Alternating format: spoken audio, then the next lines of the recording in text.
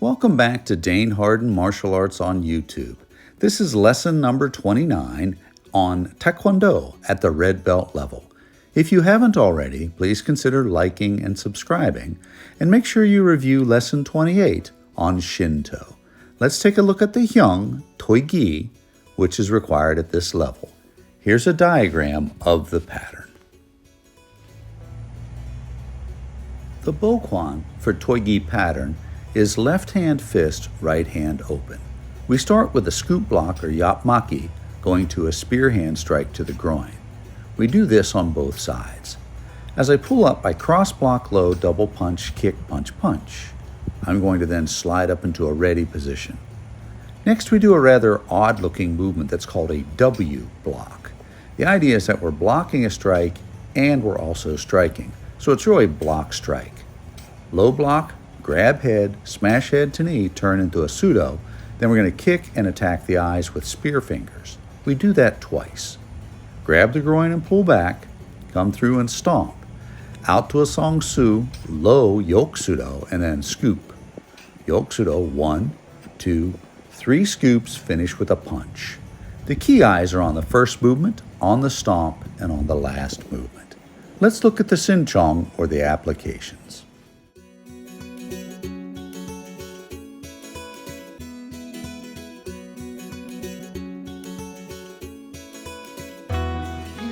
Is throwing his reverse punch. I block. Now I'm going to go grab the groin. Boom. And I want this hand here. If he's punching at my face, I want to move that offline. I grab the groin. And when I'm grabbing the groin, it is palm up, fingers up. And a lot of times you can practice just coming into the belt and grabbing the belt, right? What I have to worry about is just counting on this hand. So when I pull away, I'm coming in this position. Right? So I'm creating this space. That makes sense? Okay, let's do that one where the person comes up and they strike. What we're really doing is a block and a strike. If Bruce is throwing his punch, block, right? Now if he throws it like he needs it, boom! I'm doing a double strike, very simple. If he throws it with the other hand, I'm moving back, double strike. So this is a double strike. One is a block, one is a strike. And after a snap kick, groin.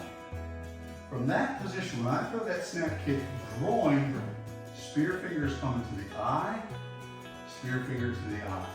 When we're striking the eye, notice, I scoop. Notice I am way over here. As he starts to throw that other punch at me, I scoop. Because the other punch, I scoop.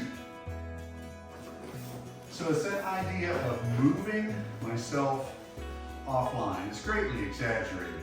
But if we look at that from a self-defense aspect, if he throws a punch, scoop, I can do lots of stuff that really applies to that Toigi pattern. So those are some of the movements, some of the Sinchong involved in this red belt level pattern.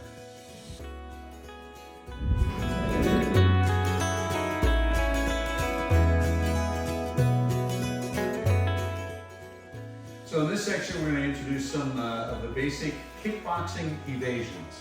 At the blue belt level, we did the basic 6. I'll review those now. So Bruce is in his fighting posture.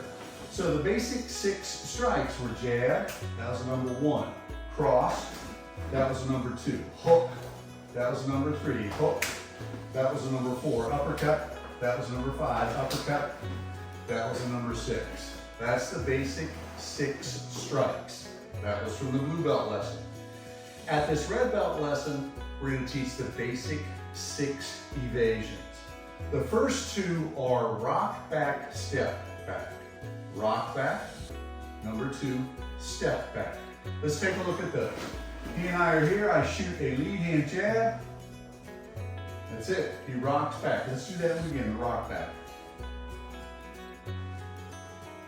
Now, the second variation on rock back is step back. So when he steps back, it's going to be with his rear foot. So when I throw jab, he steps to the rear each time. And now he can vary between those two worlds. I'll just throw jabs, and you do whatever you want. You rock back, step back.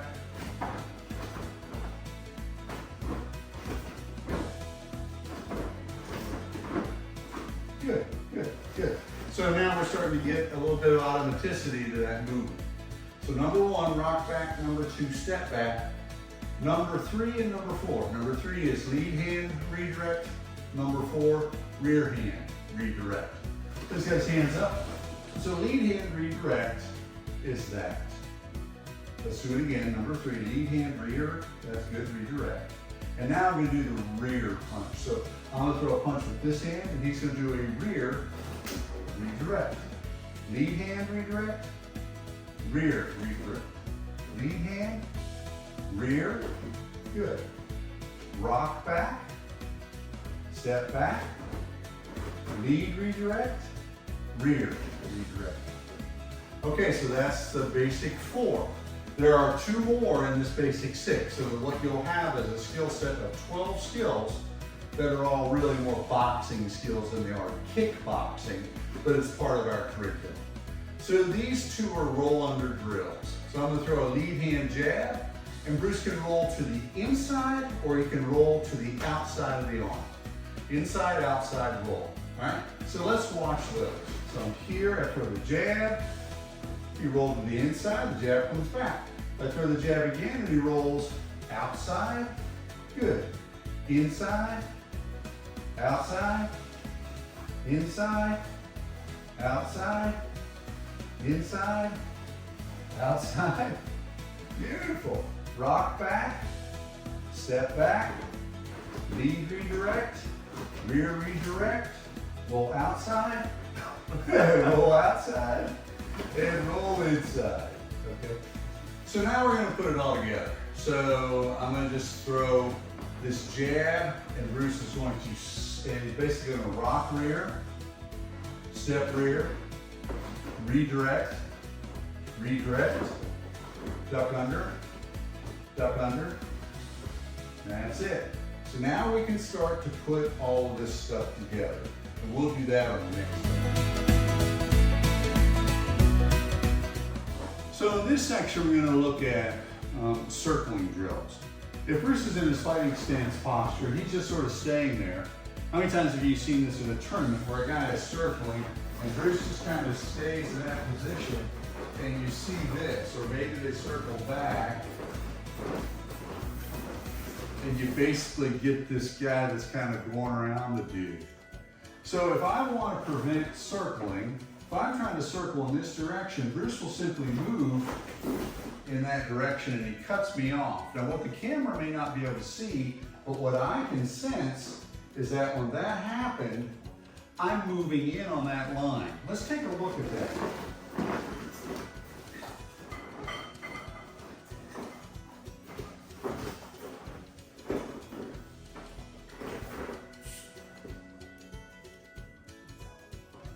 If this red dot is your fighting position, and this person is over here, right? This is the space between the two.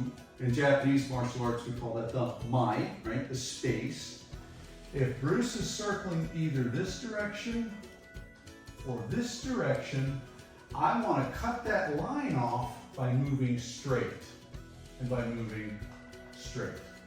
If you look at that, you should be able to see that he is moving in and closing that distance. A lot of times, he's unaware that that's happening.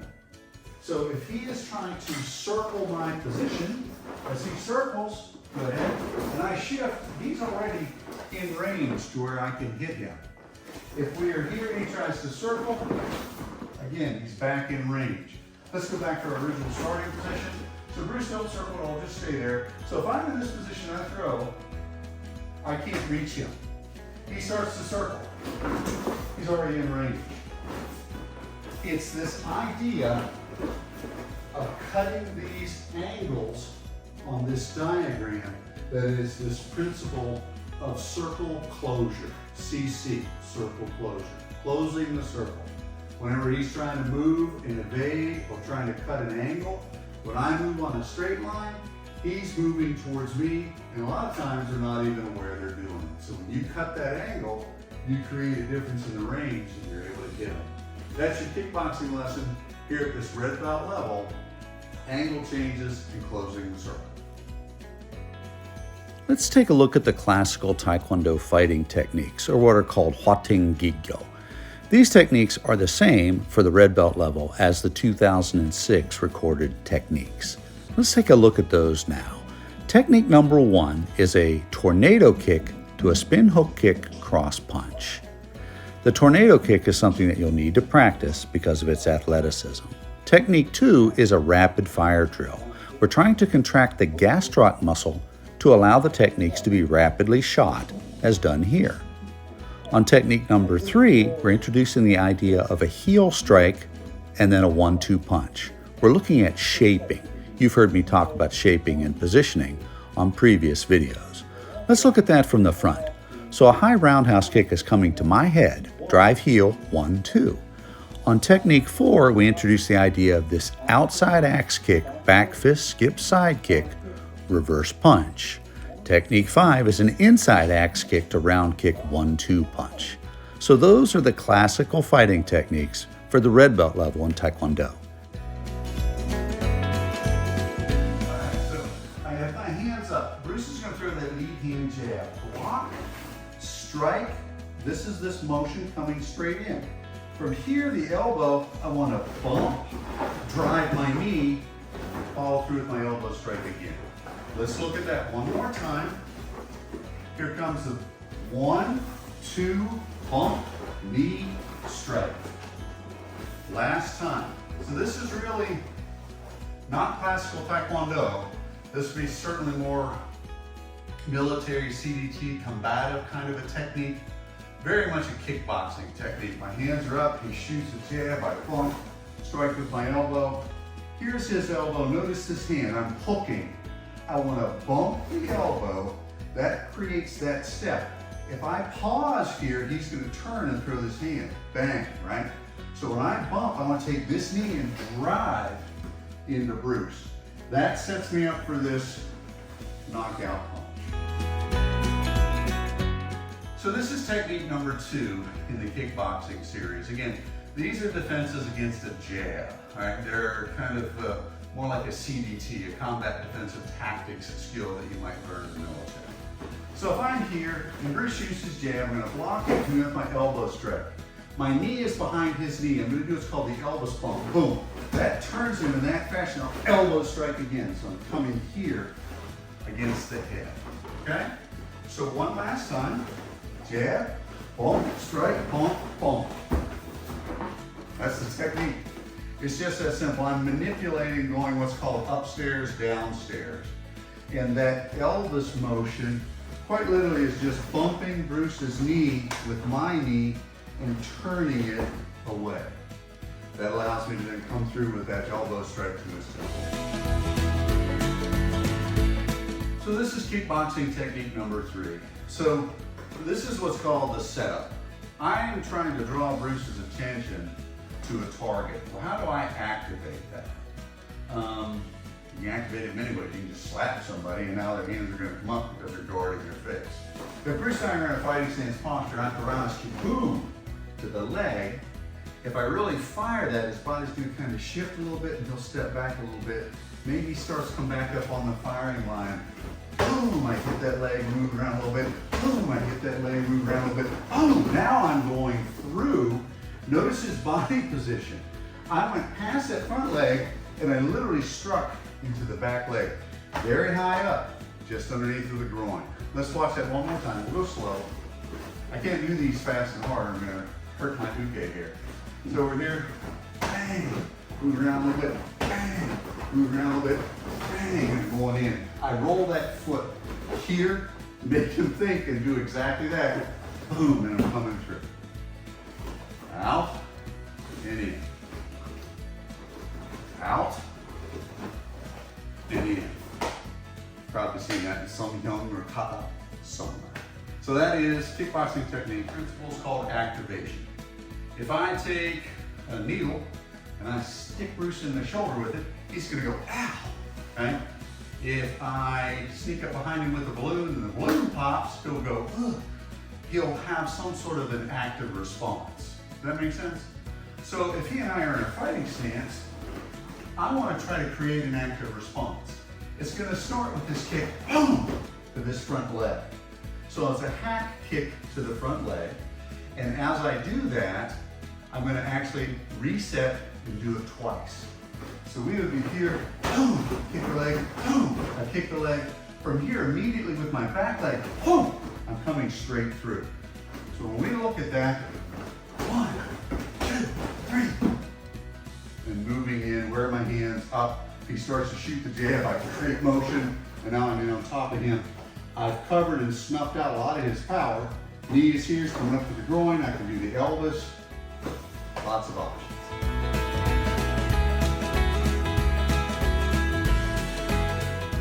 So in this section we're talking about throws, and we're going to do a little bit of a tutorial on a shoulder throw. So a couple of ways to do this. I have an extra black belt, so what I'm going to do is we're going to just do some training drills for a shoulder throw. So Bruce, if you'll grab this. Right, and then Bruce is going to hold this, Dan's going to grab this end. And so quite literally the drill on a shoulder throw, there's this idea of this movement with the feet as you step in to the felt. So we're going to be coming in and bringing over the shoulder and coming back. Coming in over the shoulder and coming back. Just as a training drill. Do that a few times, Dan. Now let's see how it goes. Nice. And back. Good. And back. Good. And back. Nice and tight to the shoulder. Good. And back. Good. And back. Go ahead and reverse roll. So Bruce, you'll get to do it. You're going to step in and throw. Kind of. This will be like a manhandler here. Good. Step in, throw. And back. And throw. And back. And just step in and then just hold it where you step. And now go in for your freeze right there. So he's bending at the waist. And what I would prefer is to see this more over the shoulder here. Bend at the hips. Bend at the hips. And up here. Down. Now as you pull turn, that is going to be more of the throw action. So that when we're thinking about 1, 2, I'm literally turning my body in order to execute the throw. That makes sense. Okay, so we're going to take the belt away, and now we're going to do that same setup, but it's going to be from a punch. So this is just a training exercise for the red belts. All right, so Bruce, you're in your fighting stance. When Bruce is going to throw a reverse punch, Dan, you're going to execute the training drill. Block, step, enter, throw. And again, punch, block, step, enter, throw. Block, step, enter, throw. Block, step, enter, and throw. Very good. Okay, guys. So that's it. That's just a tutorial for the red belts at this level for trying to understand the shoulder throw. Now we're going to do the throws, or what the Japanese call nage. The first is a shoulder throw. David's arm is high up in my armpit, and as I throw David Henry over, David has a really good break fall skill set. Make sure your uke does have a good skill set before you try these throws. The next one is a hip throw. Emphasizing the waist grab and arm grab, I can easily balance David on my hip. Hip contact is hip to hip. From here, I throw David over. I can use this arm as a locking mechanism in order to deliver a finishing punch. The next is a knee throw, where I'm kicking off at an angle and I scoop back with my heel, striking just below the knee into the gastroc and sweeping him to the floor down to the ground. The last one, the head throw, is the riskiest one. Make sure that your uke understands what you're doing. You're grabbing the head, rotating, spinning, taking their balance, and throwing them to the floor. Use caution with that one. For 2024, we've updated reading lists. The red, brown, and black belt reading list are these 3 books: Meditations on Violence and Facing Violence, both by Sergeant Rory Miller, and then also the book The Gift of Fear by Gavin de Becker that goes into the physiologic and psychologic effects of violence.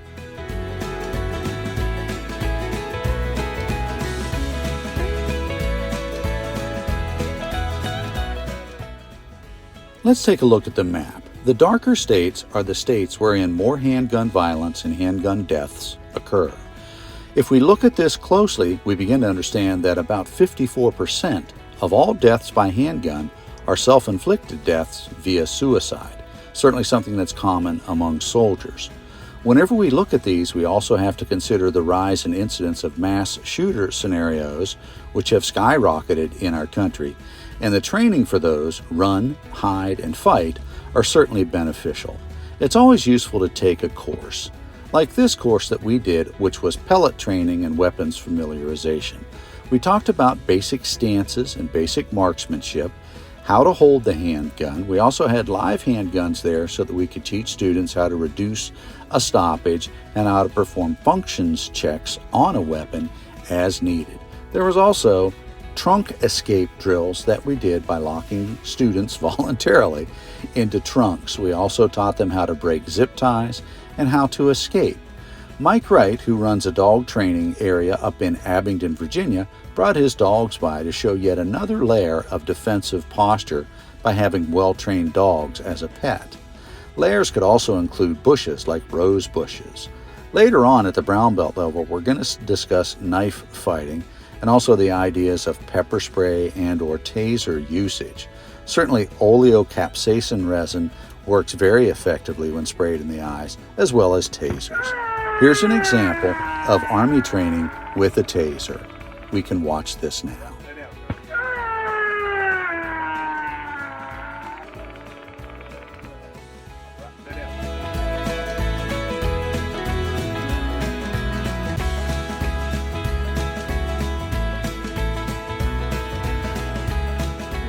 Oh, sir, here, now I have the weapon, and I've come through, and I'm shot.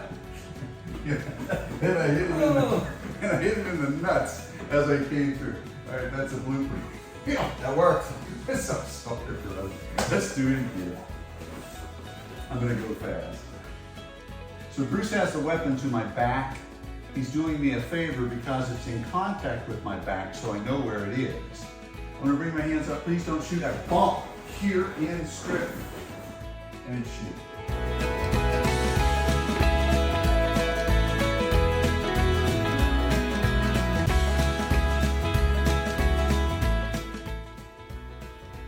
You know, I had a 35-year military career, and so when we start talking about handgun strips and start getting into the details of it, there's just so much material that I really feel that deserves its own separate video so that you can go to that and review the various strips that we're going to recommend.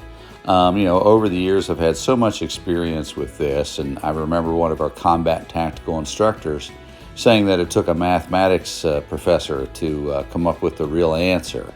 And the real answer was, he said, the numbers 3, 5, and 7, or 357, took the proof out of bulletproof vest. So we're going to get into some of this, but we're going to do it on a separate video. I hope you've enjoyed this video at the red belt level. If you haven't already, please like and subscribe, and make sure you stay tuned to part 2, which will be our theories and principles on handgun carry, open, concealed, inside, outside the holster, and also on handgun strips. Thanks for watching.